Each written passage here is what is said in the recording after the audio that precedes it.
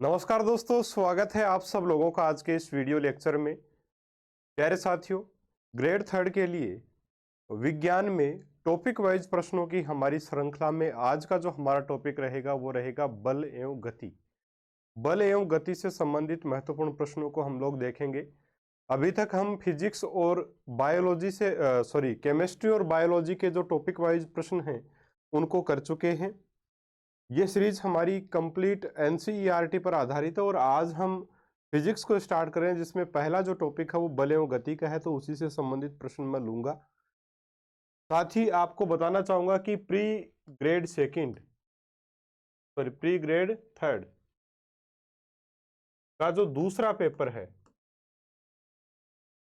Pre grade third exam number 2, ये आपका 23 जनवरी को होगा।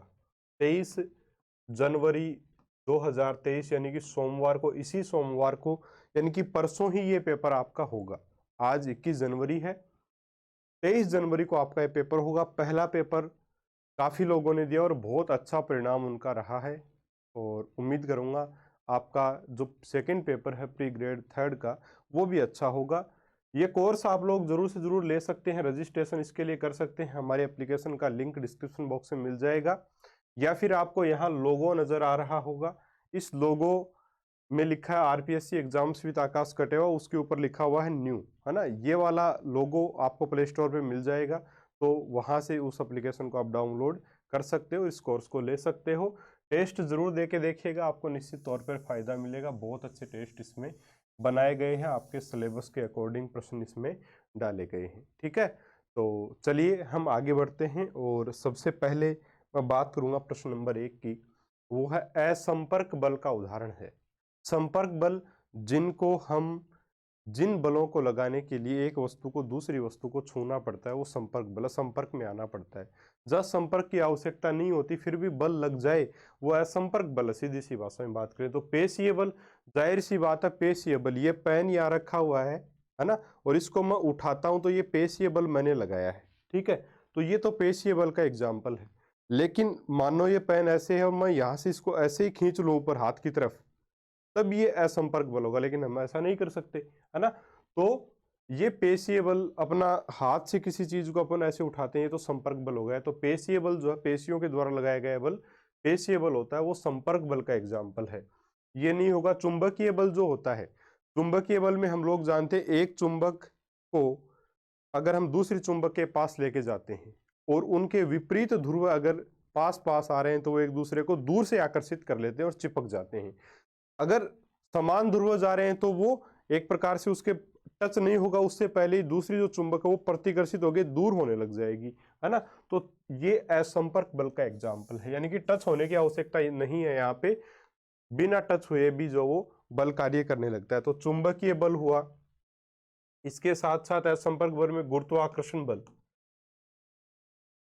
गुरुत्वाकर्षण बल, गुरुत्वाकर्षण बल भी क्या है, यह भी एक असंपर्क बल का एग्जाम्पल है। गुरुत्वाकर्षण बल अलग से हमारे सिलेबस में एक टॉपिक दिया गया है, इसलिए वहां उसको हम डिटेल से पढ़ेंगे, यहां इसकी बात नहीं करेंगे। घर्षण बल की बात करें तो घर्षण बल भी जब दो सतह जो आपस में संपर्क में आती हैं तब घर्षण बल लगता है। ठीक है, तो घर्षण बल भी एक संपर्क बल है।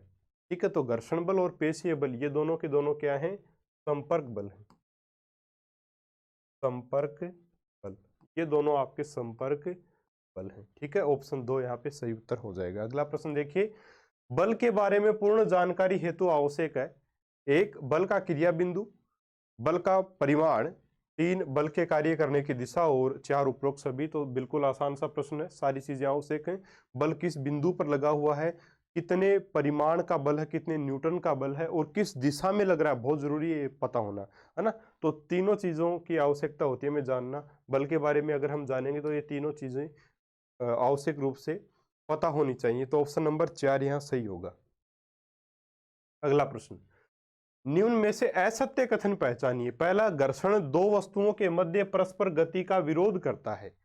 दूसरा, घर्षण को संनेहक द्वारा शून्य किया जा सकता है। क्या किसी संनेहक का उपयोग करके हम घर्षण को शून्य कर सकते हैं? कभी भी नहीं कर सकते। घर्षण को कम किया जा सकता है ना। जैसे हम घर्षण को कम करने के लिए ग्रीस वगैरह का उपयोग जो वो करते हैं गाड़ियों में, है ना, जो बेरिंग होते हैं उनमें ग्रीस दे दिया जाता है। या पंखा जो चर चर की आवाज करने लगता है पंखा, तो उसमें थोड़ा सा सरसों का तेल हम डाल सकते हैं। या कोई भी चिकनी जो चीज है वो अगर हम उसमें डाल दें तो उससे क्या होगा, घर्षण कम होगा और आवाज कम हो जाती है। ठीक है, तो ये घर्षण को कम किया जा सकता है लेकिन शून्य नहीं किया जा सकता। शून्य घर्षण को कभी भी नहीं किया जा सकता। ठीक है, तो यहाँ जो आपका आंसर बनेगा वो देखिए असत्य कथन हमें ढूंढना था, दूसरा जो कथन है वो बिल्कुल असत्य, इसलिए ऑप्शन नंबर 2 केवल दूसरा कथन गलत है। बाकी पहला जो कथन है घर्षण दो वस्तुओं के मध्य गति का विरोध करता है, ये बिल्कुल सही बात है। ठीक है, घर्षण दो वस्तुओं के मध्य जो परस्पर गति है उसका विरोध करने वाला जो बल होता है। जैसे हम अगर आगे की तरफ चलेंगे तो हमारे ऊपर पृथ्वी की जिस दिशा में हम बढ़ रहे हैं उसकी विपरीत दिशा में घर्षण बल लगता है, जिसकी वजह से हम आगे की तरफ बढ़ पाते हैं। तो घर्षण बल जो वो विरोध करने गति का विरोध करने वाला बल है, परस्पर गति का दो वस्तुओं के मध्य। ठीक है, तो ऑप्शन नंबर 2 यहाँ आपका गलत होगा।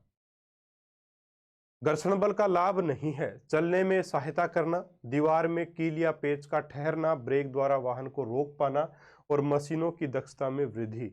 देखिए घर्षण बल जो है वो चलने में सहायता करता है, अगर घर्षण नहीं होगा तो हम चल ही नहीं पाएंगे, लिख भी नहीं पाएंगे।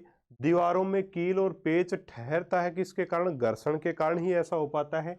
ब्रेक द्वारा वाहन को रोक पाना ये भी घर्षण का ही एक रूप है। ठीक है, घर्षण के कारण ही, ऋणात्मक घर्षण आप मान सकते हो इसको। मशीनों की दक्षता में वृद्धि, घर्षण जो वो मशीनों की दक्षता में वृद्धि नहीं करता, उसमें कमी लाता है। घर्षण अगर बढ़ जाता है तो मशीनों की जो दक्षता है, कल पुर्जे जो वो जल्दी घिस जाते हैं, जिससे मशीन एक प्रकार से उनकी दक्षता पर प्रभाव पड़ता है। इसलिए हम कह सकते हैं कि मशीनों की दक्षता में वृद्धि नहीं करता घर्षण, बल्कि उन्हें क्या करता है, कमजोर बनाता है ना, नुकसान पहुंचाता है। इसलिए ऑप्शन नंबर 4 आपका सही उत्तर होगा, घर्षण का लाभ नहीं है, ऑप्शन नंबर 4। घर्षण बल का घटता हुआ क्रम, देखिए घर्षण बल पर मैं इसलिए बल वाले टॉपिक में अधिक जोर दे रहा हूं क्योंकि घर्षण जो टॉपिक है, घर्षण बल और गुरुत्वाकर्षण बल, ये दो बल काफी महत्वपूर्ण है परीक्षा की दृष्टि से। बाकी अपकेंद्रीय अभिकेंद्रीय में तो एक फिक्स प्रश्न होता है, वो वॉशिंग मशीन वाला, या फिर एक आधा कोई और प्रश्न पूछ लेते हैं उसमें, है ना, लगभग फिक्स प्रश्न है वो, तो उसमें कुछ ज्यादा नहीं है। ज्यादातर जो प्रश्न बनता है या तो घर्षण बल पर बनता है या फिर गुरुत्वाकर्षण पर। गुरुत्वाकर्षण हमारे अलग से टॉपिक दिया हुआ है, इसलिए हम उसकी बात यहाँ नहीं करेंगे, घर्षण बल के बारे में देखेंगे। देखिए घर्षण बल का घटता हुआ क्रम, घटता हुआ क्रम मतलब सबसे ज्यादा घर्षण कौन सा होता है वो सबसे पहले, उसके बाद में उससे कम, सबसे लास्ट में सबसे कम, घटता हुआ क्रम। तो सबसे अधिक मजबूत जो घर्षण बल है वो स्थैतिक घर्षण बल है, उसके बाद में सर्पी या गतिज घर्षण बल है, उसके बाद में सबसे कम घर्षण जहां लगता है वो लोटनिक, जब वस्तु कोई लुढ़कती है तो उसके ऊपर घर्षण बल का मान कम होता है, तो लोटनिक घर्षण सबसे कमजोर होता है। ठीक है, तो घर्षण बल का घटता हुआ क्रम यही है, स्थैतिक घर्षण, सर्पी घर्षण, लोटनिक घर्षण, ऑप्शन नंबर 3। ठीक है, चलिए देखिए वही प्रश्न आ गया, वॉशिंग मशीन में कपड़े किस बल के कारण साफ होते हैं, तो ये अपकेंद्रीय बल के कारण होते हैं साथियों। और अपकेंद्रीय बल एक आभासी बल है, ये वास्तविक बल नहीं है। अभिकेंद्रीय बल जो केंद्र की तरफ लगे अभिकेंद्रीय बल, अपकेंद्रीय बल जो बाहर की तरफ लगे। जैसे हम गाड़ी चला रहे हैं, है ना, गाड़ी चला रहे हैं अपन, तेजी से गाड़ी को इधर घुमाया, है ना, जैसे गाड़ी को जिस दिशा में हम घुमाते तो हमारा शरीर इस दिशा में, उल्टी दिशा में चला जाएगा। ये होता है, गाड़ी को इस दिशा में घुमाया, शरीर इस दिशा में चला गया, है ना, ऐसा होता है। ये अपकेंद्रीय बल के कारण होता है और ये आभासी बल है। जबकि आपका अभिकेंद्रीय जो बल है ये वास्तविक बल है। ठीक है, और दूसरी चीज क्या होती है, अभिकेंद्रीय बल ये केंद्र की ओर लगता है, केंद्र की ओर लगने वाला बल। मतलब जब हम साइकिल चलाते हैं और साइकिल को झुक करके इस प्रकार से अपन मोड़ते हैं ना, तो जिधर हम मोड़ रहे होते हैं उसी दिशा में हमारा सर भी झुक रहा होता है ऐसे। ठीक है, यानी कि वो साइकिल को जब तेज घुमाव पर हम मोड़ते हैं तो वहां कौन सा बल लगता है, अभिकेंद्रीय बल। लेकिन जब गाड़ी को हम इस प्रकार से कट करते हैं तो टायर उसके कट हुए, है ना, इस दिशा में गए, हमारा शरीर ऐसे बाहर की तरफ जाएगा।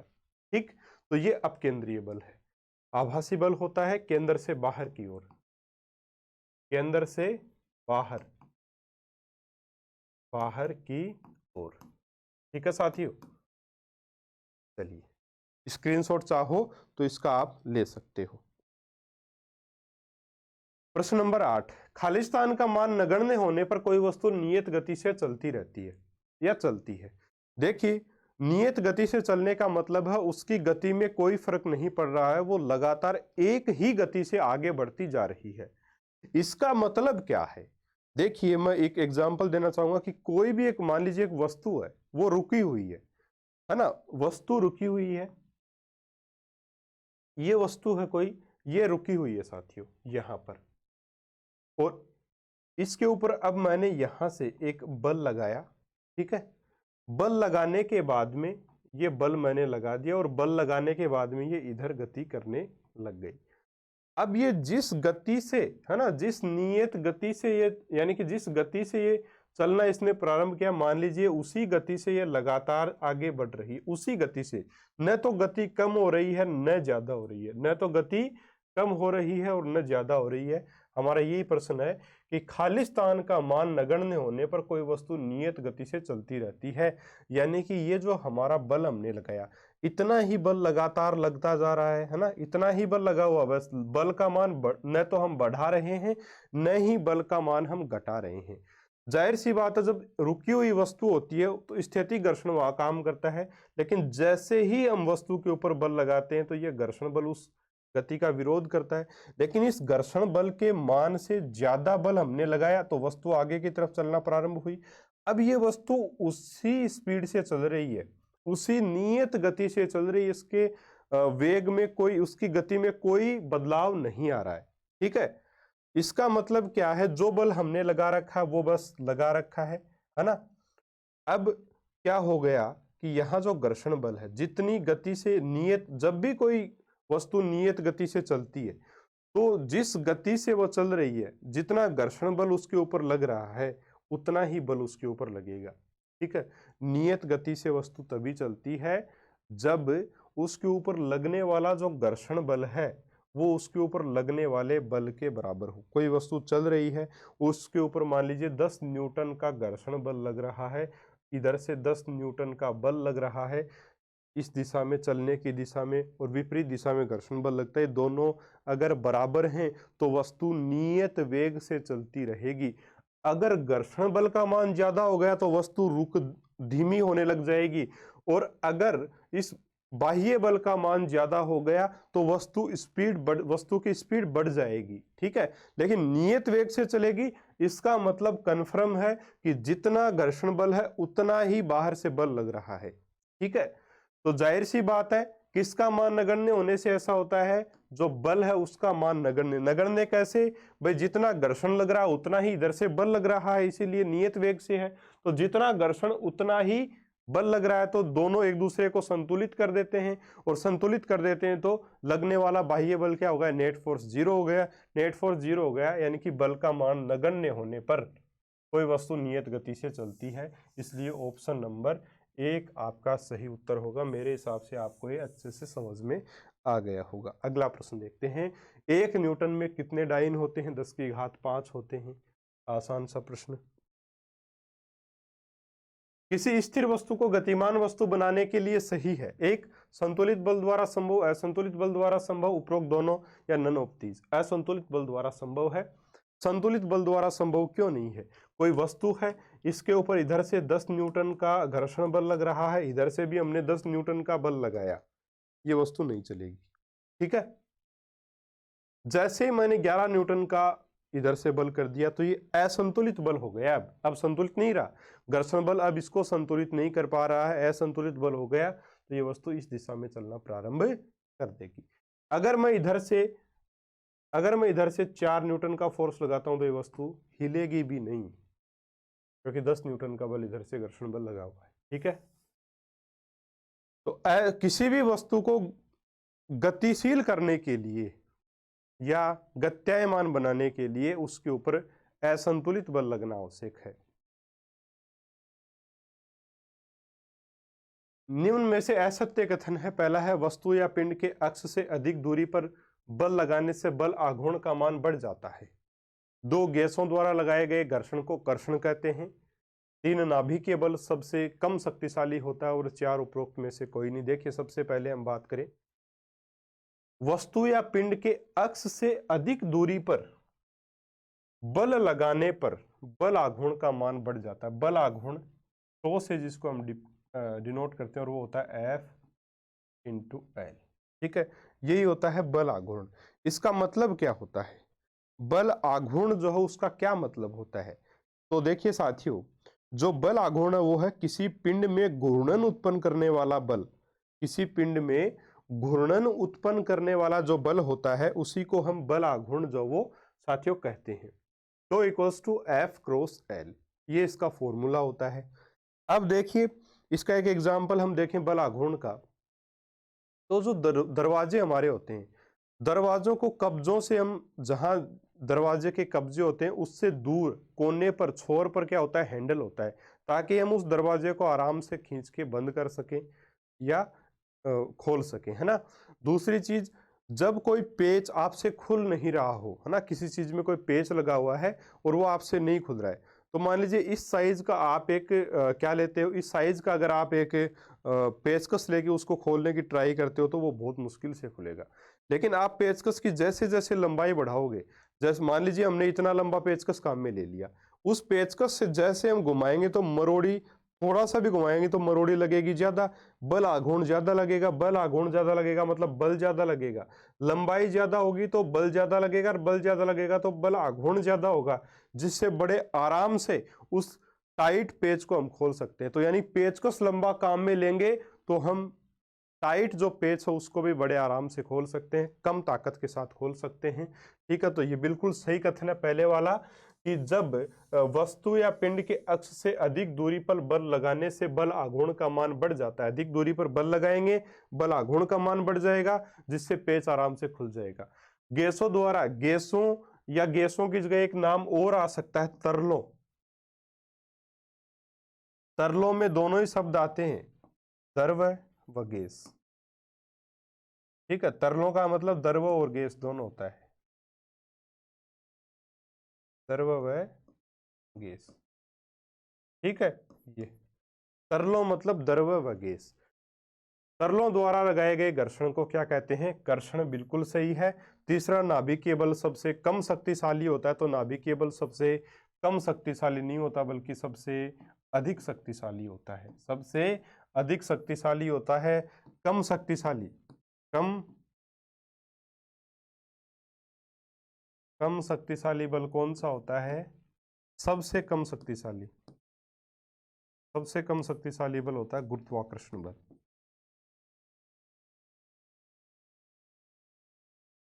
गुरुत्वाकर्षण बल सबसे कम शक्तिशाली होता है। चाहो तो इसका भी स्क्रीनशॉट आप लोग ले सकते हो। बलाघूर्ण लिख देता हूं, तो equals to F cross L। ठीक है, एक मिनट, F क्रॉस L यहाँ लंबाई है, F यहाँ पर बल है। लंबाई बढ़ेगी, बल बढ़ जाएगा, जिससे बल आघूर्ण का मान भी बढ़ जाएगा। ठीक है साथियों, चलिए आगे बढ़ते हैं। हम एक लकड़ी के बक्से को 200 न्यूटन बल लगाकर उसे नियत वेग से परस्पर धकेलते हैं। बक्से पर लगने वाला घर्षण बल होगा। नियत वेग से धकेल रहे हैं, 200 न्यूटन का फोर्स हमने इधर से लगाया,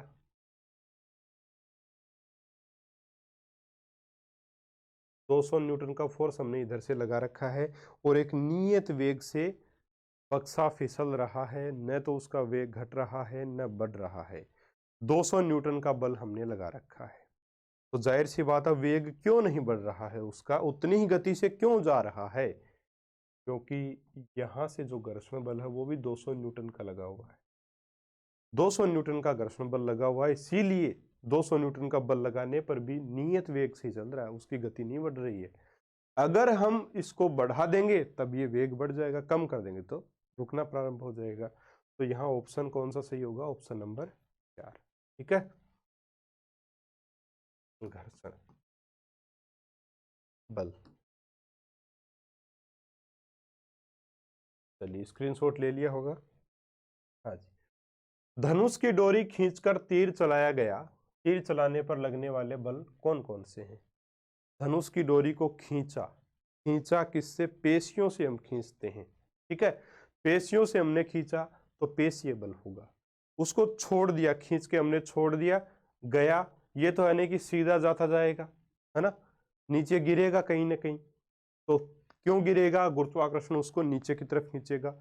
इधर जब वो हवा में सीधा जा रहा था, सामने से जो हवा थी वो उसके टकरा रही थी, उसको रोकने का प्रयत्न कर रही थी, घर्षण बल, हवा के द्वारा घर्षण बल। तो यहां पर ऑप्शन जो आपका सही होगा वो ऑप्शन नंबर 3 होगा, ठीक है। चलिए, निम्न कथन पर तथा उससे निकाले गए निष्कर्ष पर विचार कीजिए, सब बताइए कि कौन सा निष्कर्ष सही है। कथन क्या है? भरी हुई गाड़ी को चलाने में उसे चलायमान रखने के लिए आवश्यक ताकत से अपेक्षाकृत अधिक ताकत से धक्का देना पड़ता है। कहने का मतलब है, यदि कोई गाड़ी चल रही है और उसको हमें चलायमान ही रखना है, चलती हुई गाड़ी के धक्का लगाएंगे तो वो हमारे लिए आसान होता है। रुकी हुई गाड़ी को जब हम धक्का देते हैं तो हमें जोर आता है, बात यही है। उसका रीजन क्या है, निष्कर्ष हम क्या निकालेंगे? किसी चलायमान वस्तु का भार कम हो जाता है, भार कभी भी कम नहीं होता, भार तो उतना ही रहता है। फिर प्रारंभ में पहिए फिसलने लगते हैं। फिर 3, एक बार गाड़ी के गति में आने के बाद घर्षण कम होता है। तो ये बात सही है कि जब एक बार गाड़ी गति में आ जाती है तब उसका घर्षण बल जो वो कम हो जाता है ना, क्योंकि जितना बल हमने लगा रखा है उतना तो घर्षण बल लग ही रहा है, तभी तो नियत वेग से चल रही है। थोड़ा सा और धक्का दे देंगे तो वेग बढ़ जाएगा, क्योंकि घर्षण इतना नहीं है। जबकि रुकी हुई गाड़ी का घर्षण बल बहुत ज्यादा होता है, तो एक साथ हमें ज्यादा धक्का लगाना पड़ेगा, ज्यादा फोर्स देना पड़ेगा, तभी आपका क्या होगा, असंतुलित बल बनेगा। और असंतुलित बल बनेगा तभी तो वस्तु चलना प्रारंभ करेगी, गाड़ी चलना प्रारंभ करेगी। तो यहाँ ऑप्शन कौन सा होगा? ऑप्शन नंबर 3 आपका सही उत्तर यहाँ पर रहेगा, ठीक है। चलिए, एक गाड़ी का द्रव्यमान 1500 किलोग्राम है यदि गाड़ी को 1.7 मीटर पर सेकंड स्क्वायर के ऋणात्मक त्वरण यानी अवमंदन, देखिए ऋणात्मक त्वरण कौन सा होता है? जब गाड़ी चल रही है हम ब्रेक लगा रहे हैं, यानी हम उसको मंदित कर रहे हैं, अवमंदित कर रहे हैं। तो जो ऋणात्मक त्वरण है यानी गाड़ी को हम रोक रहे हैं, त्वरण का मतलब एक्सिलरेट करना, है ना, और ऋणात्मक त्वरण का मतलब गाड़ी को ब्रेक लगाना, रोकना, अवमंदित करना, है ना। तो ऋणात्मक त्वरण को अवमंदन भी कहते हैं। के साथ विराम अवस्था में लाना है तो गाड़ी तथा सड़क के बीच लगने वाला घर्षण बल कितना होगा? देखिए, बल पूछा है तो F बराबर सीधा सीधा फॉर्मूला होता है बराबर ma, ठीक है। m यहाँ पे कितना है? 1500 किलोग्राम है। a का मान कितना है? 1.7, है ना, और ये माइनस लगा देंगे हम, क्यों? क्योंकि ऋणात्मक त्वरण बोला गया है, अवमंदित किया जा रहा है।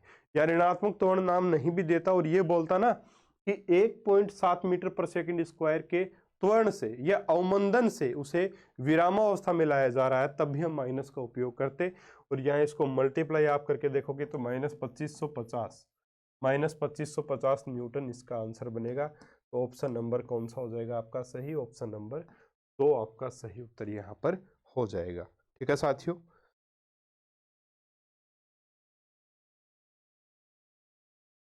चलिए अगला प्रश्न देखते हैं। प्रश्न नंबर 15। प्रश्न नंबर 15 क्या है? 5 न्यूटन का एक बल किसी द्रव्यमान m1 को 10 मीटर पर सेकंड स्क्वायर का त्वरण देता है तथा m2 द्रव्यमान को 20 मीटर पर सेकंड स्क्वायर का त्वरण देता है। अगर दोनों द्रव्यमानों को एक साथ मिला दिया जाए तो इस बल के द्वारा क्या त्वरण उत्पन्न होगा, है ना, ये प्रश्न है हमारा। तो 5 न्यूटन का एक बल है, बल जो है सॉल्यूशन करते हैं इसका। बल कितना है? फोर्स 5 न्यूटन है, ठीक है, 5 न्यूटन है। यहां पर बात की जा रही है, हाँ जी, m1 द्रव्यमान हमारे पास नहीं है, हमें निकालना है। लेकिन a1 की वैल्यू हमें पता है, a1 की वैल्यू कितनी है? 10 मीटर प्रति सेकंड स्क्वायर। यहां से क्या आप m1 निकाल सकते हो? बिल्कुल। f बराबर क्या होता है? ma होता है। तो m1 a1 कर लेंगे, तो यहां से m1 कितना आ जाएगा? f अपॉन a1 आ जाएगा। f अपॉन a1 मतलब m1 बराबर आ जाएगा 5/a1 का मतलब कितना? 10, यानी कि आ जाएगा आपका 0.5, ठीक है, 0.5 ग्राम, ठीक है, ये आ जाएगा 0.5 ग्राम आ जाएगा। ठीक है साथियों, तो ये तो क्या आ जाएगा आपका 5 न्यूटन का एक बल द्रव्यमान m1 पर, ठीक है, तो 0.5 ग्राम आ गया। फिर दूसरा m2 दे रखा है यहाँ पे हमें, एक मिनट थोड़ा इधर कर लेते हैं, हाँ जी, ये तो m1 की बात होगी, m2 भी हमें निकालना है। m2 निकालेंगे तो कितना आ जाएगा, a2 कितना दे रखा है आपको 20 न्यूटन, है ना, तो वही m2 m1 जैसे ही आया है ना, m2 कितना आ जाएगा भाई, f का मान तो नियत है, f अपॉन a2, f यानी कि 5 बटा a2 यानी 20, ये कितना आ गया आपका 0.25 ग्राम, ठीक है, 0.25 ग्राम यही आ जाएगा साथियों, कोई दिक्कत नहीं यहाँ तक।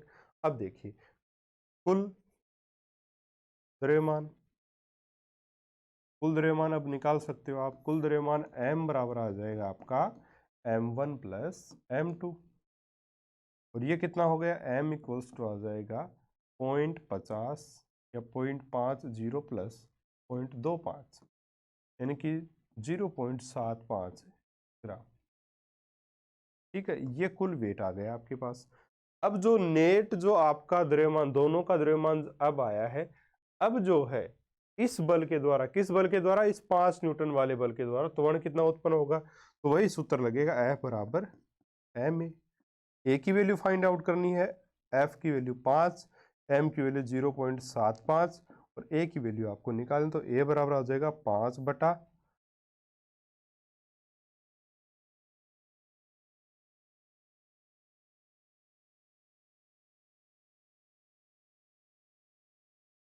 2 0 हटाएंगे 500 आ जाएगा, 25 थी 75, 25 दूनी 50, 3/20, 3/20 यहाँ पे आए, 1 मिनट, 5 न्यूटन ही है ना, हाँ जी यही है। अब यहाँ से आप इसमें भाग दे के देख लो,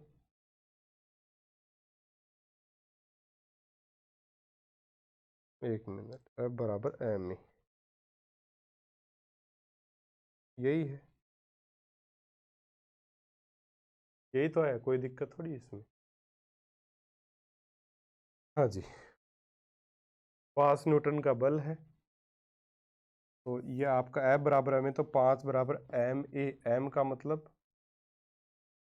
7/5 और गुणा a की वैल्यू हमें निकालनी है, तो 5 बटा 0.75, ओह सॉरी ना, गलती वो कर दी थी हमने, ये हटाएंगे तो ये 0, ये 25 थी 75 और 25 दूनी, तो 25 दूनी 50 और एक 0 और, तो a की वैल्यू आ जाएगी 20/3, दिखाई दे रहा होगा आपको नीचे से, है ना, दिख रहा है यहाँ तक। तो अब 20 में 3 का भाग लगेंगे तो 6.666 करके चलता रहेगा, तो 6.67 मीटर पर सेकेंड स्क्वायर ये बन जाएगा, यानी कि ऑप्शन नंबर 2 आपका यहाँ सही उत्तर होगा। ठीक है, यहाँ ऑप्शन नंबर 2 आपका सही आंसर बनेगा, कुछ नहीं था, बिल्कुल सिंपल प्रश्न है। ठीक है, आराम से आप इसको समझ गए होंगे। चलिए आगे बढ़ते हैं। दोलन गति में चरम बिंदु पर गतिज ऊर्जा होती है।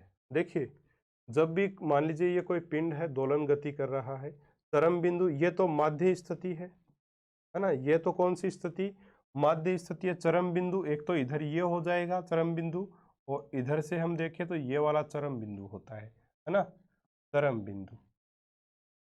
अब इस चरम बिंदु पर गतिज ऊर्जा,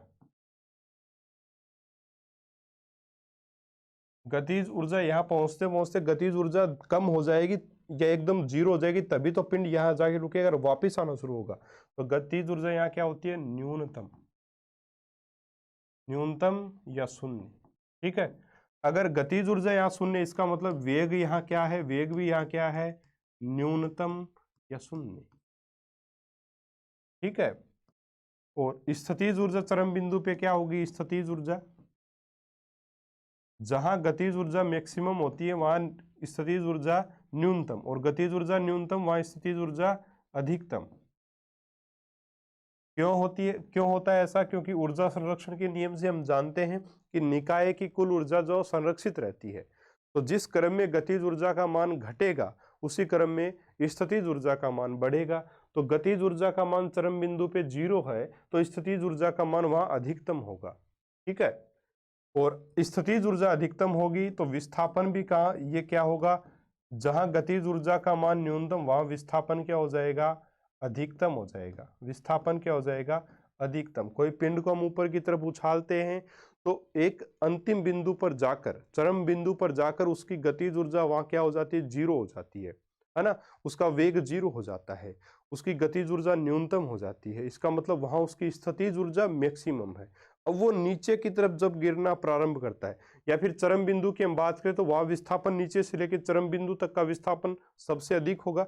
अब वो वापस गिरना शुरू करती है तो गतिज ऊर्जा का मान धीरे धीरे कम होता जाता है, सॉरी बढ़ता जाता है, और स्थितिज ऊर्जा का मान कम होता जाता है। तो निकाय की जो ऊर्जा है वो संरक्षित रहेगी, यानी कि जिस अनुपात में गतिज ऊर्जा का मान बढ़ता जाएगा नीचे की तरफ आते समय, उसी अनुपात में स्थितिज ऊर्जा का मान कम होता जाएगा, ठीक है।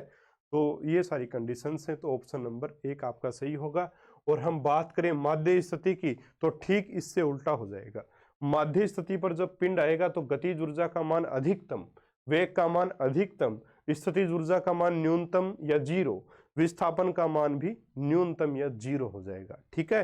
तो चलिए ये बात समझ गए होंगे। ऑप्शन 1 आपका सही उत्तर होगा। स्क्रीनशॉट आप चाहो तो ले सकते हो, ठीक है साथियों। चलिए आगे बढ़ते हैं, प्रश्न नंबर 17। हाँ जी, पक्षियों की गति है एकविमीय, द्विविमीय, त्रिविमीय या उपरोक्त सभी।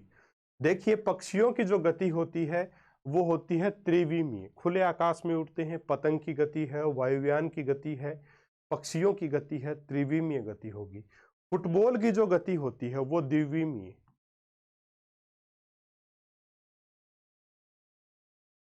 फुटबॉल को जब गोल के लिए मारा जाता है द्विविमीय उसकी गति होती है, फुटबॉल की गति होगी। एकविमीय में सीधी सड़क पर या सीधी रेखा में होने वाली गति, है ना।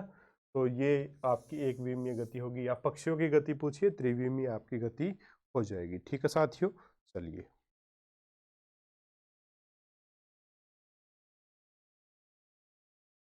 निम्न में से सत्य है, विस्थापन व दूरी समान होने पर औसत वेग औसत चाल का परिमाण समान या बराबर होता है। ओडोमीटर गाड़ी द्वारा तय दूरी को मापता है। तीसरा, जब किसी वस्तु को ऊपर की ओर फेंकते हैं तो अधिकतम ऊंचाई पर वेग 0 होगा परंतु त्वरण नियत रहेगा। ये उपरोक्त सभी सत्य कथन बताना है। ओडोमीटर गाड़ी की स्पीड को नहीं बल्कि दूरी को, हाँ दूरी दिया हुआ है, ठीक है। ये तो ओडोमीटर गाड़ी की दूरी को मापता है। विस्थापन व दूरी समान होने पर औसत वेग, देखिए जब विस्थापन और दूरी समान हो जाते हैं, औसत वेग क्या होता है, कुल विस्थापन बटा लगा समय, ये औसत वेग। औसत चाल क्या होती है, औसत चाल होती है कुल दूरी बटा लगा समय, है ना। अगर औसत विस्थापन और दूरी समान है तो औसत वेग और औसत चाल का मान भी बराबर हो जाएगा। तो ये पॉइंट भी सही, दूसरा भी सही। तीसरा, हमने अभी बात की अधिकतम ऊंचाई पर जाने के बाद वेग, जो वेग गतिज ऊर्जा अगर 0 होगी तो वेग भी क्या हो जाएगा, 0 हो जाएगा। वेग 0 होगा लेकिन त्वरण का मान जो है, जी का मान जो है वो नियत ही रहता है, ठीक है। तो नियत रहेगा। तो ऑप्शन नंबर 4 आपका यहाँ सही उत्तर होगा। सारे कथन बिल्कुल ठीक है, ऑप्शन नंबर 4, ठीक है। अगला प्रश्न, वाहन में तात्क्षणिक कोणीय चाल को मापा जाता है। ओडोमीटर, स्पीडोमीटर, टेकोमीटर या उपरोक्त सभी। देखिए ओडोमीटर के द्वारा दूरी, कितनी दूरी ये गाड़ी तय कर चुकी है, किलोमीटर में दूरी मापी जाती है ओडोमीटर से। स्पीडोमीटर से स्पीड, है ना, क्या मापते हैं, स्पीड या गति। गति हम मापते हैं किलोमीटर प्रति घंटे में, जो लिखी आती है कि भाई 100 किलोमीटर प्रति घंटे की रफ्तार से गाड़ी को चला रहा है। टेकोमीटर की बात करें तो ये आरपीएम, राउंड प्रति मिनट, यानी टायर कितनी 1 मिनट में कितने राउंड घूम रहे हैं, ये होता है कोणीय चाल, तात्क्षणिक कोणीय चाल। इसको मापा जाता है टेकोमीटर से, है ना। देखिए एक इस प्रकार का मीटर होता है जिसमें यहाँ लिखा होता है 1 2 3 4 5 6 7, है ना। और वो सुई होती है जिसमें अगर हम इस प्रकार से, वो मान लीजिए 2 की तरफ और बीच में गुणा 1000 भी लिखा होता है। इसका मतलब है हमारी जो गाड़ी है वो लगभग 2000 राउंड प्रति मिनट से चल रही है। तो ये वाला जो मीटर है ये टेकोमीटर कहलाता है। ये वाला मीटर क्या कहलाता है? टेकोमीटर कहलाता है। ठीक है साथियों, तो तात्क्षणिक कोणीय चाल को कौन मापता है? टेकोमीटर मापता है। स्क्रीनशॉट आप चाहो तो ले लीजिएगा, तब तक थोड़ा पानी पी लेते हैं। स्क्रीनशॉट आप लोग ले सकते हैं।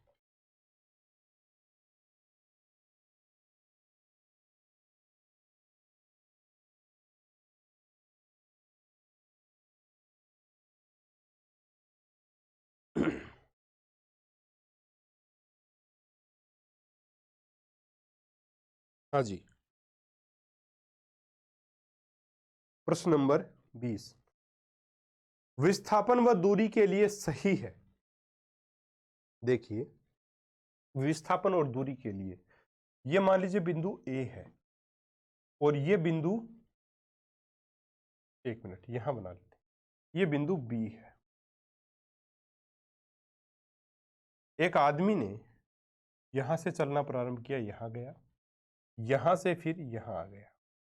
ठीक है, यहां से यहां तक की जो दूरी है वो 4 किलोमीटर है और ये वाली जो दूरी है वो 2 किलोमीटर है। ठीक है, या हम मान लें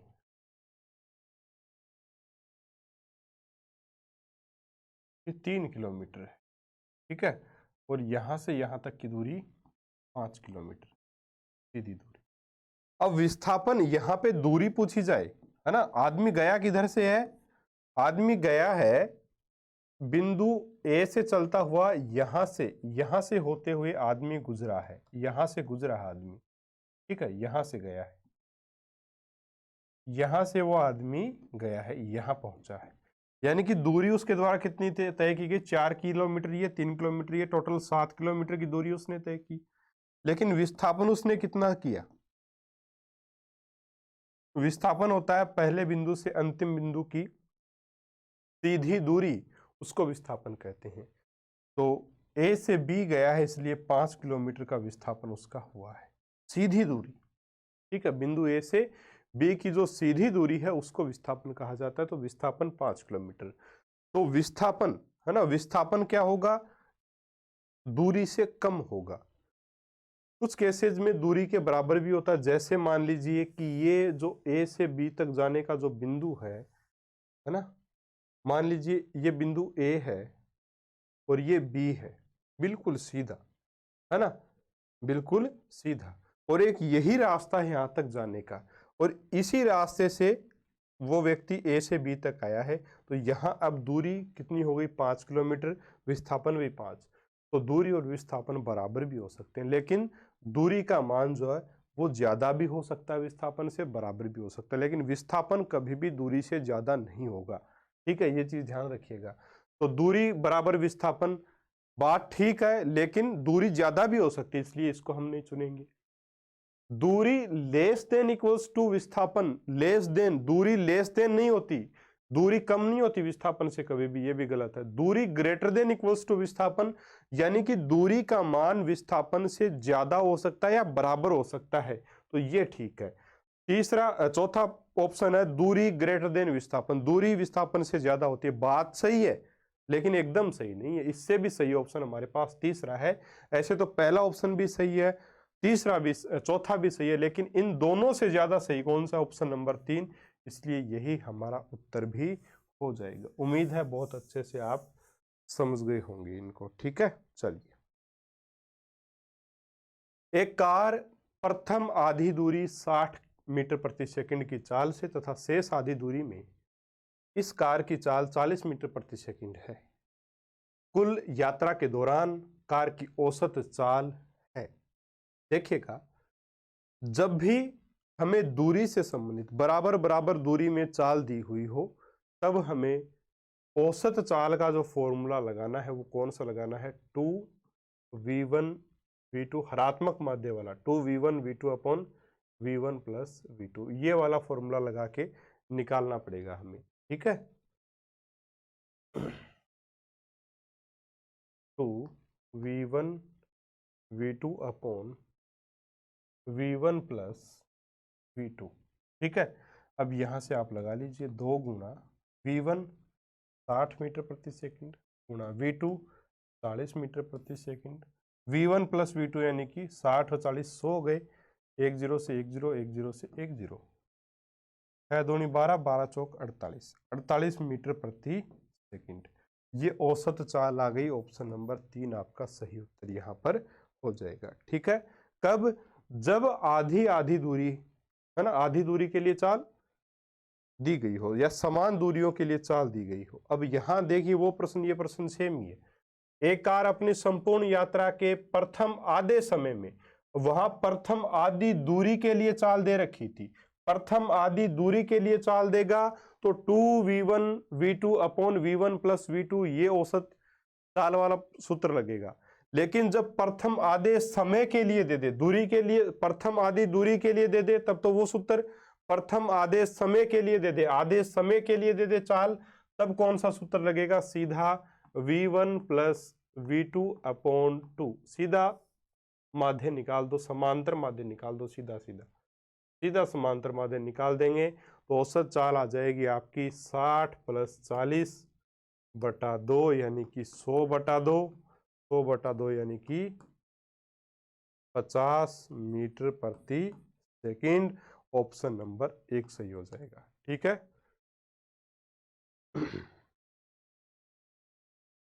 डिफरेंस आप समझ गए होंगे दोनों में। ठीक है, चलिए, यदि वस्तु की स्थिति समय ग्राफ एक्स अक्ष के समांतर रेखा के रूप में प्राप्त होता है तो वस्तु स्थिर अवस्था में। चलिए ग्राफ ही बना लेते हैं पहले।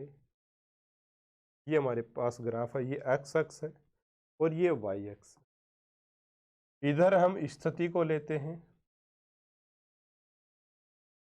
यदि वस्तु की स्थिति समय ग्राफ, इधर हमने ले लिया समय को, और ये ग्राफ इस प्रकार का हमें प्राप्त होता है।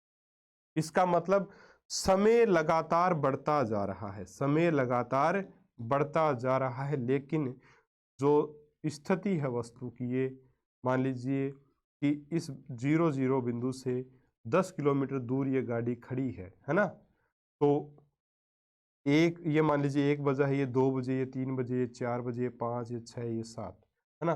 2 बजे भी गाड़ी वही है, 3 बजे भी गाड़ी की स्थिति वही, 4 बजे भी वही खड़ी है, यानी कि उसकी स्थिति नहीं बदल रही है, समय के साथ स्थिति बदल नहीं रही है। इसका मतलब क्या है? गाड़ी रुकी हुई है, गाड़ी स्थिर अवस्था में है। ऑप्शन नंबर 1 आपका सही उत्तर यहाँ पर रहेगा। ठीक है, गाड़ी स्थिर है। अगला प्रश्न, यदि एक कार सीधी सड़क पर चलते हुए समान समयांतराल में समान समयांतराल में असमान दर से चाल को परिवर्तित करती है, तब कहा जाता है कि पहला, एक समान त्वरण है, असमान त्वरण है, त्वरण नियत है, त्वरण नहीं है। देखिए, एक सीधी सड़क पर गाड़ी चल रही है और एक समान समयांतराल में कभी तो गाड़ी हो जाती है धीमी, कभी हो जाती है तेज। इसका मतलब वहां जो एक्सीलरेशन है वो कभी तो गाड़ी को एक्सीलरेट किया जाता है और कभी गाड़ी को एक्सीलरेट नहीं किया जाता, या कम किया जाता है, या ब्रेक लगाए जाते हैं। ठीक है, इसका मतलब क्या है कि वहां जो त्वरण लग रहा है वो असमान लग रहा है, तभी गाड़ी जो है वो कभी तेज कभी धीमी, यानी असमान दर से चाल को परिवर्तित करती है। फिर है, एक किसान 10 मीटर की भुजा वाले एक वर्गाकार खेत की सीमा पर 40 सेकंड में चक्कर लगाता है। 2 मिनट 20 सेकंड के बाद किसान के विस्थापन का परिमाण क्या होगा? 2 मिनट 20 सेकंड। यहां थोड़ा सा दिमाग लगाना है, बस ज्यादा नहीं, थोड़ा सा दिमाग। सबसे पहले तो चलिए खेत बना देता हूं आपके लिए।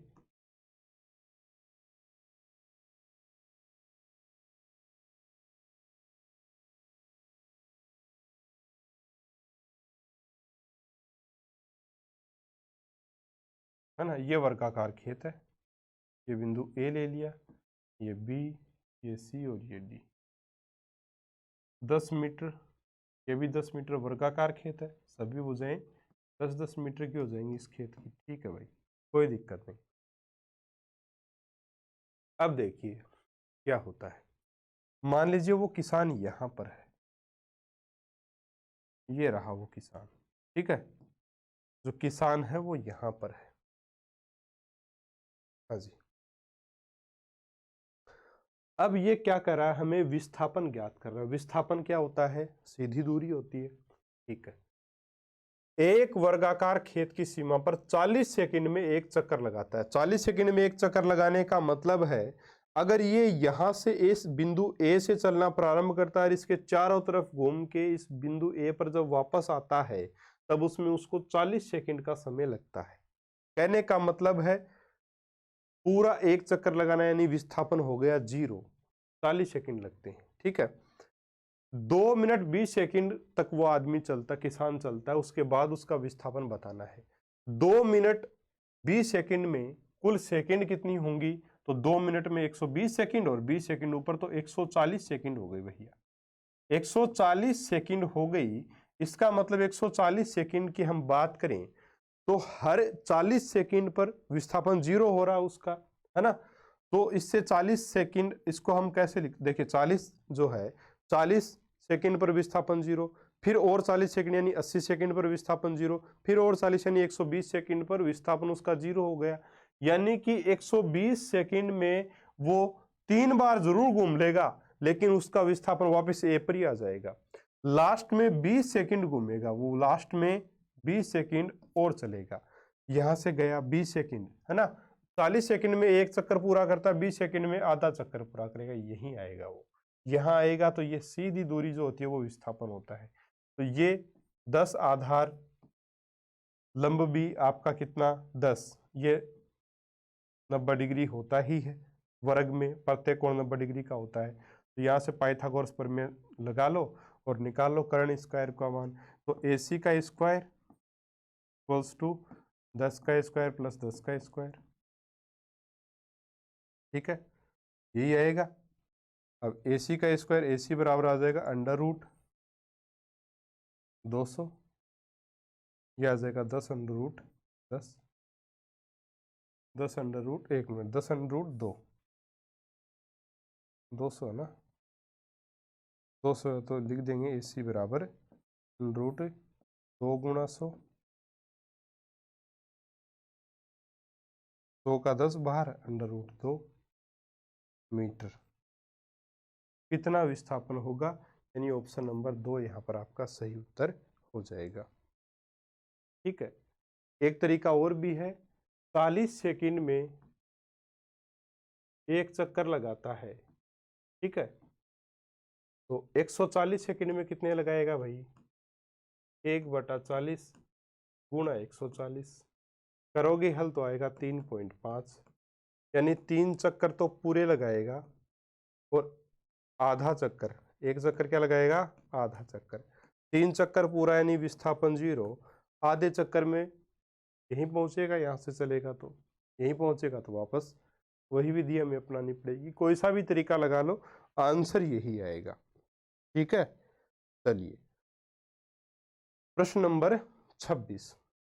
20 मीटर की ऊंचाई से एक गेंद को गिराया जाता है। 20 मीटर की ऊंचाई से हम एक गेंद को गिरा रहे हैं।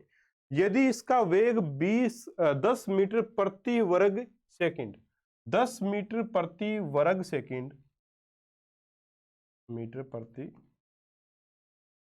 10 मीटर पर सेकंड स्क्वायर, यानी ये त्वरण है, एक समान त्वरण की दर से बढ़ता है। नीचे गिर रही है वस्तु, 20 मीटर की ऊंचाई से नीचे गिर रही है, उसका त्वरण जो है वो 10 मीटर पर सेकंड स्क्वायर है। इस त्वरण से उसका वेग बढ़ता जा रहा है ना।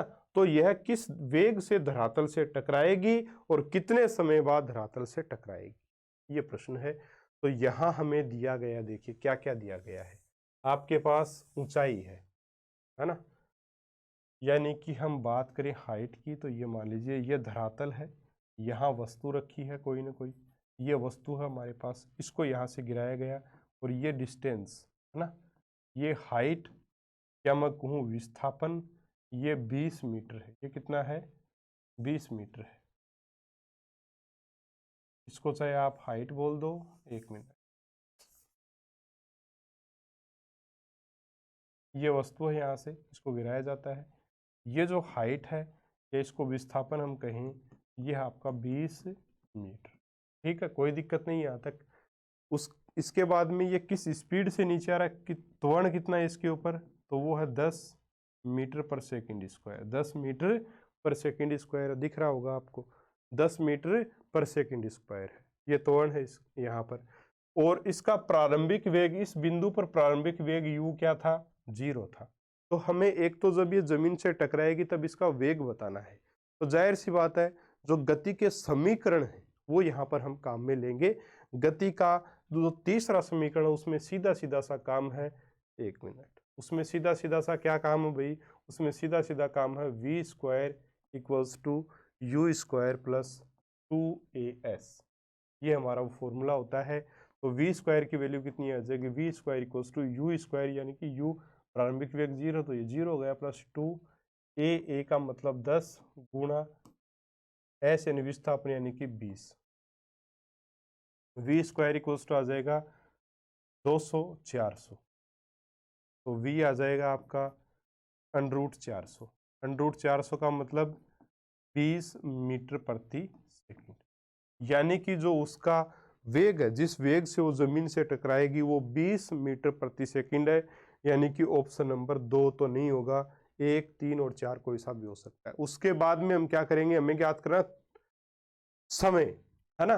तो समय ज्ञात करने के लिए हमारे पास सीधा सीधा एक फॉर्मूला होता है, जो आपके ये जो गति के जो समीकरण है, गति के समीकरण में समीकरण नंबर 3 और समीकरण नंबर 1 सबसे ज्यादा काम में लिए जाते हैं, है ना। और उन समीकरणों के माध्यम से बड़े आराम से सभी प्रश्नों को हम कर सकते हैं। तो समीकरण नंबर 1 क्या है, वो होता है आपका v बराबर u प्लस at, ये समीकरण नंबर 1 होता है। तो यहाँ पे v की वैल्यू 20, u की वैल्यू 0, a की वैल्यू त्वरण 10 और t हमें ज्ञात करना है, ठीक है। ये 0 हो गया तो 20/10 आ गया, 20/10 बराबर t, यानी t की वैल्यू आ गई 2 सेकंड, 2 सेकंड, यही उत्तर है। v 20, 20 और 2, 20 और 2 ऑप्शन नंबर 3। तो 20 मीटर प्रति सेकंड की वेग से वो उसके टकराएगी पृथ्वी से और 2 सेकंड बाद टकराएगी, ठीक है साथियों। तो ये है प्रश्न, है ना। और कभी कभी प्रश्न पूछते हैं कि जब जमीन से उतनी ऊंचाई पर होती है उसकी स्पीड क्या होती है ना। तो फिर विस्थापन हमारा उतना, जैसे ये 20 मीटर 10 मीटर ऊंचाई पर, तो यहाँ पे विस्थापन 10 ले लेते हैं, ठीक है। चलिए स्क्रीनशॉट ले लिया होगा आपने, आगे बढ़ते हैं। जब कोई बाह्य बल कार्य नहीं करता वस्तुएं निश्चित गति से चलती हैं, अरस्तू का नियम है, न्यूटन का द्वितीय नियम है, गैलीलियो का नियम है। देखिए जब कोई बल बाह्य बल कार्य नहीं करता तब वस्तु नियत गति से चलती है, नियत वेग से चलती है। मैंने आपको बताया कि नियत वेग से वस्तु तब तक चलती रहेगी जब तक कि उसके ऊपर कोई भी असंतुलित बल या बाह्य बल नहीं लगेगा। अगर उसके ऊपर बाह्य बल लग रहा है तो उतना ही उसके ऊपर घर्षण बल भी लगा हुआ है, इसीलिए वो नियत वेग से चलती जा रही है। तो हम ये कहेंगे उसके ऊपर कोई बल नहीं लग रहा, क्यों, क्योंकि जितना घर्षण बल उतना ही तो बल लग रहा है, इसीलिए वो लगातार चलती जा रही है। तो नियत बल, नेट फोर्स वहां कहाँ है, यानी कि जो नेट फोर्स है वो कुछ है ही नहीं वहां पर, जीरो नेट फोर्स। जैसे ही हम बल को बढ़ा देंगे तो उसकी गति बढ़ेगी, फिर वो नियत वेग से नहीं चलेगी, फिर उसकी गति बढ़ जाएगी, ठीक है। तो ये जो बात कही है ये गैलीलियो ने कही है, गैलीलियो का ये नियम है, ऑप्शन नंबर 3 यहाँ आपका सही उत्तर होगा। और इसे जड़त्व का नियम भी कहते हैं। इसी के आधार पे न्यूटन ने अपना प्रथम नियम भी दिया कि जो वस्तु गतिमान है वो गतिमान ही रहेगी जब तक कि उसके ऊपर कोई बाह्य बल कार्य न करे। कोई वस्तु स्थिर अवस्था में तो वो स्थिर ही रहना चाहिए जब तक कि कोई बाह्य बल उसके ऊपर कार्य नहीं करे, ठीक है। तो गैलीलियो का नियम ये आपका रहेगा आंसर, ठीक है। चलिए न्यूटन की गति के प्रथम नियम जड़त्व के नियम पर आधारित घटना है। अचानक बस के चलने पर पीछे की तरफ झटका लगना, डाल हिलने पर फलों का नीचे गिरना, 3 डंडे से मारने पर कंबल से धूल के कणों का नीचे गिर जाना, धूल के कणों का नीचे गिर जाना। ये उपरोक्त सभी तो सारे ही सही हैं। जब हम कंबल लेते हैं, कंबल में मिट्टी के क्या होते हैं, कण होते हैं। जब उसको डंडा हम मारते हैं तेजी से तो कंबल तो क्या होती है, आगे जाएगी डंडा लगने से, लेकिन उसमें जो धूल के कण है वो वहीं रहना चाहेंगे तो वो नीचे गिर जाएंगे, ठीक है। डाल हिलाने पर फलों का नीचे गिरना। डाल पर फल लगे हुए हैं, डाल को हम तेजी से ऐसे हिला रहे हैं, डाल को तेजी से ऐसे हिलाएंगे तो डाली तो हिलेगी लेकिन फल वहीं रहना चाहेगा, तो झटका लगेगा, उसके झटका लगेगा, नीचे गिर जाएगा टूट। तीसरा, अचानक बस के ब्रेक लगने से पीछे की तरफ, हम बस के साथ साथ हम आगे जाते जा रहे हैं, आगे जाते जा रहे हैं, ठीक है। जैसे जैसे हम आगे जा रहे हैं, बस में जैसे ब्रेक लगता है हम पीछे की तरफ जाते हैं, ठीक है, पीछे की तरफ। अचानक बस चलने, यानी कि सॉरी, जब बस चल रही है तब तो हमारे आगे की तरफ धक्का लगता है, जब बस में ब्रेक लगते हैं। लेकिन बस रुकी हुई है और एकदम अचानक से भाग जाएगी तो हम पीछे की तरफ झुकेंगे, है ना, पीछे की तरफ झटका लगता है। सही है, तो सारे ही एग्जाम्पल उसी के, ऑप्शन नंबर 4 सही होगा। न्यूटन की गति के द्वितीय नियम पर आधारित घटना है। अचानक बस के रुकने पर आगे की तरफ झटका लगना, यह तो जड़त्व का है, हमने अभी बात की। क्रिकेट खिलाड़ी कैच पकड़ते समय हाथों को पीछे की तरफ खींचता है, ये द्वितीय नियम। द्वितीय नियम क्या? संवेग संरक्षण का नियम, P बराबर mv वाला नियम है, न्यूटन की गति का द्वितीय नियम। जब क्रिकेट खिलाड़ी कैच लेता है तो बॉल के साथ अपने हाथों को पीछे इसलिए लेके जाता ताकि संवेग को कम कर सके, ठीक है, जिसकी उसके हाथों में चोट न लगी। कराटे का खिलाड़ी झटके से ईंट को तोड़ देता है, ठीक है, संवेग बनाने के लिए, झटके से, है ना। कोई धावक दौड़ के आता है फिर कूदता है, ठीक है, तो वो दौड़ के इसलिए आता ताकि संवेग बढ़ा सके, लंबी कूद वो कूद सके। तो 2 व 3 दोनों ही यहाँ आपके सही ऑप्शन होंगे। ऑप्शन नंबर 4 यहाँ सही उत्तर आपका हो जाएगा। अगला प्रश्न देखते हैं, क्रिया प्रतिक्रिया के लिए सही है। न्यूटन का जो तीसरा नियम है वो है क्रिया प्रतिक्रिया का नियम। क्रिया प्रतिक्रिया नियम, क्रिया प्रतिक्रिया बल एक ही वस्तु पर लगते हैं, एक वस्तु पर नहीं लगते। जब हम किसी वस्तु पर क्रिया करते हैं वहां से प्रतिक्रिया आती है। तो क्रिया तो की हमने, वस्तु ने क्या की, हम पर प्रतिक्रिया की, तो अलग अलग पर लगेंगे, गलत है। यह नियम केवल गतिशील वस्तुओं पर लगता है। क्रिया प्रतिक्रिया का नियम सिर्फ गतिशील पे नहीं लगता, गतिशील स्थिर वस्तुओं पर भी लगता है, गतिशील पर भी लगता है, तो यह भी गलत है। तीसरा, क्रिया प्रतिक्रिया बल विपरीत दिशा में लगते हैं, बिल्कुल सही है। जिस दिशा में क्रिया होगी उसके विपरीत प्रतिक्रिया होगी, है ना, परंतु परिमाण बराबर होता है। जितनी क्रिया होगी उतनी ही प्रतिक्रिया होगी। रॉकेट का ऊपर की तरफ जाना इसी का क्रिया प्रतिक्रिया नियम का पर ही आधारित है। तो उपरोक्त सभी यहाँ पे, एक मिनट, उपरोक्त सभी नहीं, सॉरी, सही पूछा है, तो ऑप्शन नंबर 3 यहाँ पर आपका आंसर बन जाएगा। ठीक है साथियों, तो ये आपके प्रश्न थे बल एवं गति से संबंधित। एक प्रश्न और हम लोग देख लेते हैं, ठीक है, उसके बाद ये आपका टॉपिक कंप्लीट होगा। चलिए, 50 ग्राम द्रव्यमान की गोली 4 किलोग्राम द्रव्यमान की राइफल से 35 मीटर प्रति सेकंड के प्रारंभिक वेग से छोड़ी जाती है। राइफल के प्रारंभिक प्रतिक्षेपित वेग का मान क्या है? देखिए, राइफल में कब वेग उत्पन्न हो, जाहिर सी बात है जब हम राइफल को ऐसे पकड़ के खड़े हैं, क्या उसमें कोई वेग हो सकता है? नहीं हो सकता। क्या गोली में कोई वेग हो सकता है? नहीं हो सकता। यानी गोली चलने से पहले न तो गोली में वेग होगा न राइफल में वेग होगा। अच्छी से बात समझ में आ गई? ठीक है। अब गोली हमने चलाई, जैसे गोली चलाएंगे गोली निकलेगी, किसी स्पीड से जा रही है भाई, 35 मीटर प्रति सेकंड, 35 मीटर प्रति सेकंड से गोली आगे जा रही है।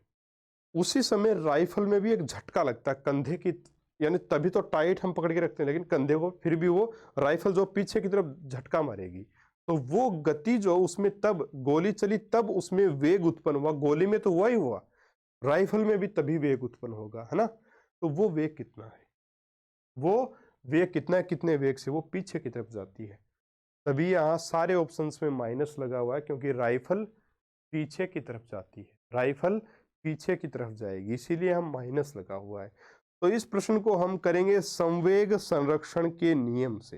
किस नियम से करेंगे हम इसको? संवेग संरक्षण के नियम से साथियों हम इसको करेंगे। देखिए किस प्रकार से करना है।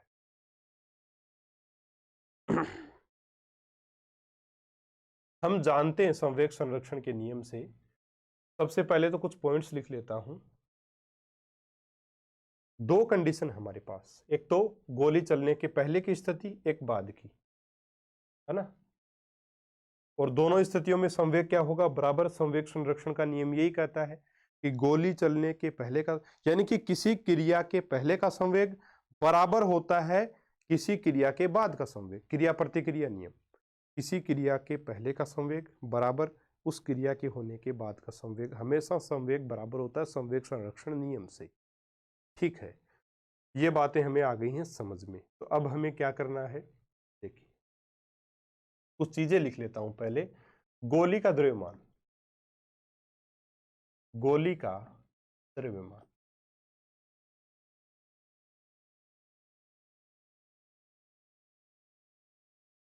m1 मैंने मान लिया, ठीक है, वो कितना है 50 ग्राम। ठीक, के बाद में 50 ग्राम, अब इसको मैं अगर किलोग्राम में बताना चाहूं तो 50/1000 आएगा मेरे पास। किलोग्राम में बदलेंगे तो 1/20 किलोग्राम, कोई दिक्कत नहीं, क्योंकि राइफल भी अपने को किलोग्राम में दी गई है। फिर राइफल और राइफल का द्रव्यमान, राइफल का जो द्रव्यमान है m2, वो आपके पास कितना है 4 किलोग्राम। राइफल का जो द्रव्यमान है वो कितने किलोग्राम दे रखा है, 4 किलोग्राम आपको राइफल का द्रव्यमान साथियों यहां पर दिया हुआ है। ठीक है, चलिए अब देखेंगे हम यहां पर कि जो राइफल और जो गोली है ना, उसके ये दो चीजें हमें दी गई हैं यहां तक हमें। इसके बाद में एक 35 मीटर प्रति सेकंड प्रारंभिक वेग भी दिया गया है, अब वो हम बाद में डिस्कस कर लेंगे। पहले एक पॉइंट मैं लिखना चाहूंगा कि गोली चलने के पहले का संवेग और बाद का संवेग बराबर होगा, ये बात हमें पता है। ये जो चीज मैंने लिखी है दी गई है हमें, बस मैंने इसीलिए इसको लिख दिया है। अब लिखेंगे हम संवेग संरक्षण के नियम से गोली चलने के पहले का संवेग बराबर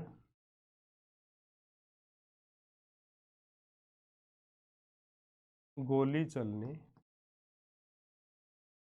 के बाद का संवेग बराबर होगा संवेग संरक्षण से। बात में तो कोई डाउट नहीं है। ठीक है, संवेग क्या होता है, P बराबर mv। संवेग क्या होता है, संवेग बराबर होता है P बराबर mv। ठीक है, अब यहां हम देखेंगे कि जब हमने गोली चलाई ही नहीं, गोली चलने के पहले की बात कर रहा हूं, तो गोली के लिए जो द्रव्यमान है m1 वो तो 1/20 किलोग्राम है, लेकिन गोली का जो प्रारंभिक वेग है u1 वो क्या होगा 0 होगा। u1 क्या होगा 0 होगा। इसी प्रकार से u1 अगर हमारे पास 0 है, गोली चलाने से पहले का अगर जो वेग है गोली का वो जाहिर सी बात है क्या होगा 0 होगा। तो राइफल जो है उसमें भी कोई वेग नहीं है, राइफल में भी क्या कोई वेग थोड़ी है, उसमें भी कोई वेग नहीं, तो वो हो जाएगा u2 बराबर वो भी हो जाएगा 0। इसका मतलब गोली चलाने से पहले का संवेग अगर हम लिखें तो वो होगा गोली का संवेग m1 u1 plus m2 u2।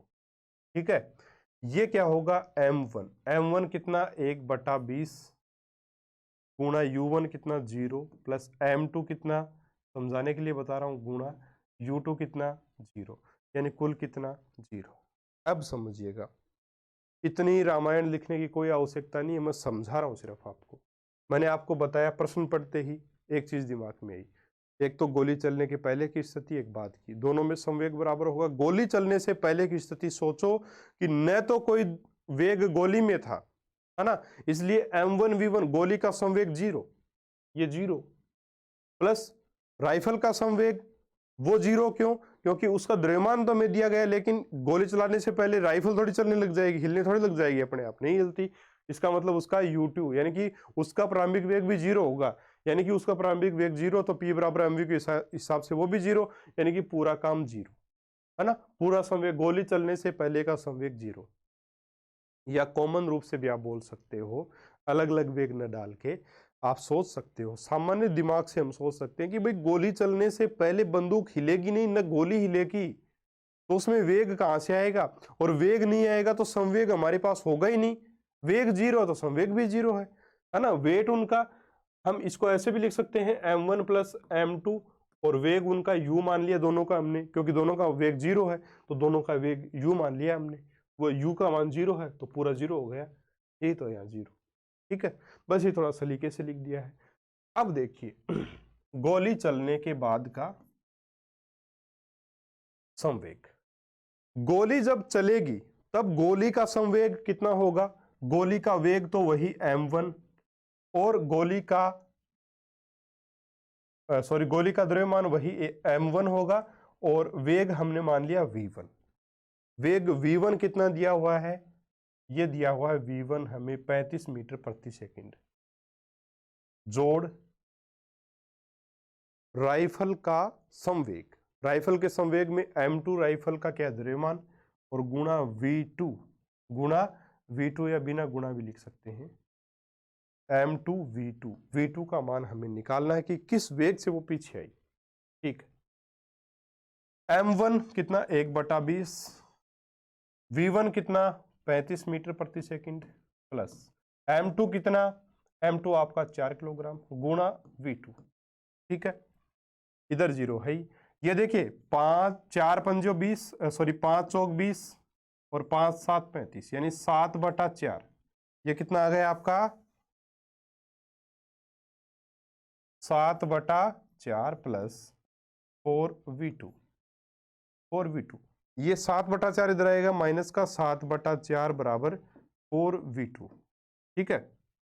यहां से v2 की वैल्यू हम निकालेंगे तो माइनस का 7 ये 4 इधर आएगा, गुणा में 4 चौक 16, माइनस का 7/16, माइनस का 7/16, अब भाग लगाओगे तो माइनस का माइनस भाग नहीं जाएगा, तो दशमलव जैसे लग गया वो हो गया 70, तो 16 चौक 64, 16 चौक 64, अब इसके बाद में बच गए 6, है ना, 16 चौक 64 बच गए 6, फिर से 60, तो 16 का पारा 3 बार बोलेंगे, तो यहाँ बन रहा है अपना 0.44 मीटर पर सेकंड, बाकी 4 कहीं नहीं है ना, तो सीधा सीधा यहाँ पे, और वो भी माइनस में, ऑप्शन नंबर 1 आपका आंसर हो जाएगा, है ना।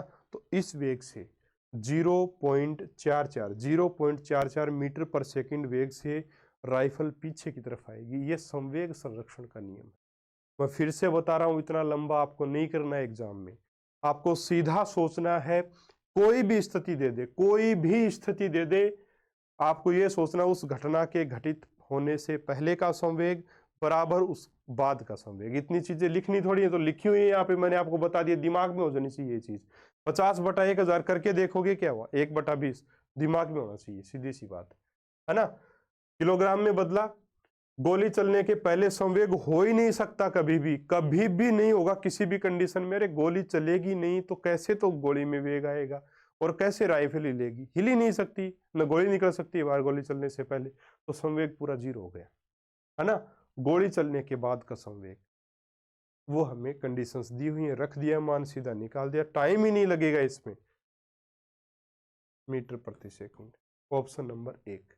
तो प्यारे साथियों, चाहो तो इसका स्क्रीनशॉट ले सकते हो, आपकी एनसीईआरटी का ये प्रश्न है, आने की संभावना भी है, ठीक है। चलिए, बल और गति से संबंधित ये हमारा वीडियो यहाँ संपन्न होता है। बल और गति में ढेर सारे प्रश्न और भी बन सकते हैं, गुरुत्वाकर्षण बल में कुछ और महत्वपूर्ण प्रश्नों को हम बल से संबंधित प्रश्नों को डिस्कस करेंगे। गति के टॉपिक में कक्षा 9th की जो बुक है, बहुत अच्छे से एनसीईआरटी की जो बुक है उसमें दिया है, उसको यहाँ मैंने पेश करने की आपके सामने कोशिश की है। उसमें और सारे न्यूमेरिकल्स भी हैं, लेकिन सारे न्यूमेरिकल्स हम कराएंगे तो बहुत समय लगेगा, है ना। लेकिन बाकी जो न्यूमेरिकल्स है उसमें भी गति के समीकरण वाले जो फॉर्मूले आपके, वो एक संवेग संरक्षण वाला आपका ये जो लास्ट वाला करवाया आपको, है ना, और एक F = ma पर आधारित, लगभग यही एग्जाम्पल्स हैं, ठीक है। और इन्हीं के इर्द गिर्द घूमता हुआ अगर आपको जो न्यूमेरिकल प्रश्न पूछा जाएगा तो यहीं से पूछा जाएगा। ठीक है, तो इनको आप अच्छे से तैयार कर लें। उम्मीद करूंगा आपको वीडियो पसंद आएगा। वीडियो पसंद आया लाइक ज़रूर कीजिएगा, सब्सक्राइब कीजिए चैनल को और अपने साथियों तक भी वीडियो को पहुंचाइएगा। दूसरी चीज़, प्री ग्रेड 3rd का सेकंड पेपर हमारा 23 तारीख को आयोजित होने वाला है।